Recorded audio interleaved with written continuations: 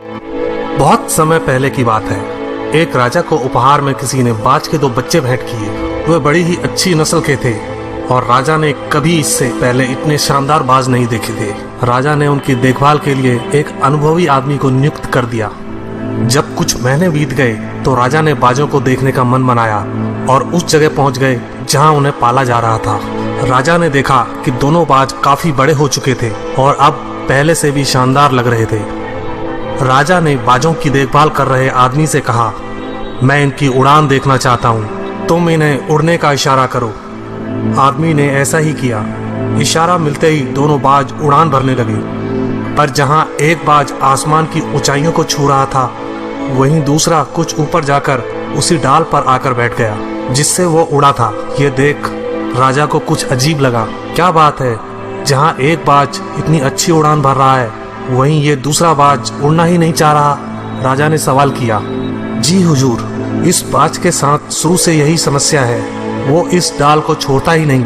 राजा को दोनों ही बाज प्रिय थे और वो दूसरे बाज को भी उसी तरह उड़ना देखना चाहते थे। अगले दिन पूरे राज्य में ऐलान कर दिया गया, जो व्यक्ति इस बाज को ऊंचा उड़ाने में कामयाब होगा उसे ढेरों इनाम दिया जाएगा।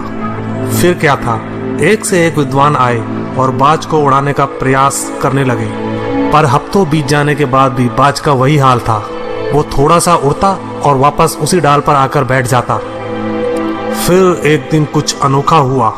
राजा ने देखा कि दोनों बाज आसमान में उड़ रहे हैं। उन्हें अपनी आंखों पर यकीन नहीं हुआ और उन्होंने तुरंत उस व्यक्ति का पता लगाने को कहा जिसने ये कारनामा कर दिखाया था। वह व्यक्ति एक किसान था।